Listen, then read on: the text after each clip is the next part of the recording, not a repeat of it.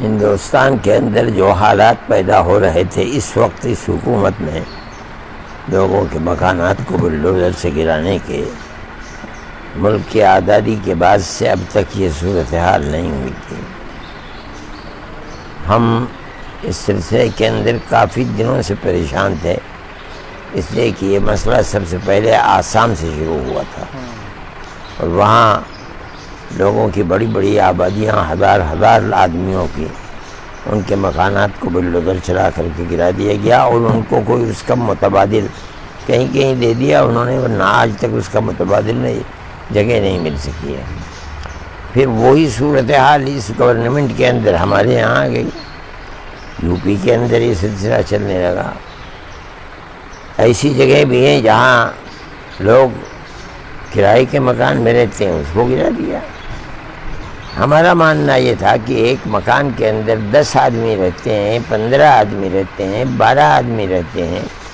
ایک آدمی سے کوئی غلطی ہو جاتی ہے مکان کو گرا دیا۔ جیسے ہم اور مسلمانوں کے اور غیر مسلموں کے معاملات کے اندر کورٹ کا رخ کرتے ہیں، اس لیے کہ وہ لوگ جن کی زندگی کا کوئی سہارا نہیں ہوتا ہے، ان کے لیے کوئی راستہ نہیں ہوتا ہے، تو ان کے لیے ایک راستہ کورٹ کا ہوتا ہے جہاں ان کو پناہ ملتی ہے۔ یہ بیچارے ایسے غریب لوگ ہیں ان کے مکانات کو گرا دیا کہ وہ لوئر کورٹ میں بھی نہیں لڑ پاتے ہیں، چاہے کہ سپریم کورٹ میں آ کر کے لڑیں گے۔ اس لیے جمعیت علماء جس طرح ہمیشہ ہندو مسلمانوں کے معاملات کے اندر ایک دوسرے سے کوئی بھید بھاؤ نہیں کرتی ہے، اسی طریقے پر ہم اس کیس کے اندر بھی آئے ہیں اور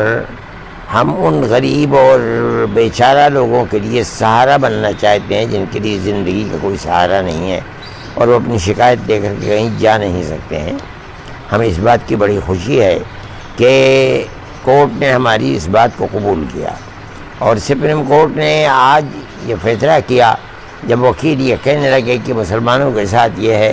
اور گورنمنٹ کے وکیل نے کہا کہ نہیں ہم نے ہندوؤں کے ساتھ بھی کیا ہے، تو کورٹ نے کھڑے ہو کر کے یہ بات کہہ دی کہ میں ان جھگڑوں کے اندر نہیں پڑنا چاہتا۔ ہماری ایک لائن ہے، ہم 10 نکات کو پیش کریں گے، چاہے ہندو کا ہو چاہے مسلمان کا ہو، جب تک وہ نکات پورے نہیں ہو جائیں گے اس وقت تک کوئی کسی کے گھر کو نہیں گرا سکتا ہے۔ اس میں بڑی اچھی چیزیں ہیں، اس کے اندر یہ صورت بھی ہے کہ اس کو پورا حق دینا پڑے گا کہ وہ کورٹ میں اپنی مدعا کو پیش کر سکتا ہے۔ یہ بہت بڑی چیز ہے۔ اس کا مطلب یہ ہے کہ اب ظلم نہیں ہو پائے گا۔ ٹھیک ہے، ایک تاریخ تک کے لیے مہلت دی ہے کورٹ کے فیصلے کی، لیکن کورٹ نے اس کے ساتھ ساتھ یہ کہہ دیا ہے کہ آج سے لے کر کے ایک تک کسی کے اوپر بلڈوزر نہیں چلایا جائے گا۔ اس دن جو ہمارا فیصلہ ہوگا 10 نکات کا، ہمیں یہ توقع ہے کہ کسی جگہ بھی ان 10 نکات کے ہوتے ہوئے کوئی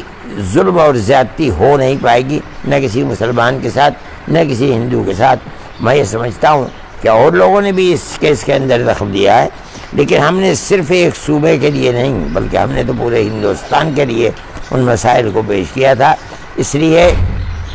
میں یہ سمجھتا ہوں کہ یہ ایک تاریخی فیصلہ ہوگا جو کورٹ کی طرف سے، سپریم کورٹ کی طرف سے ہوگا، اور یہ ہندو اور مسلمان اور ملک کے سبھی بسنے والوں کے لیے ایک بہترین فیصلہ ہوگا اور انہیں بڑی نجات مل جائے گی اس سے۔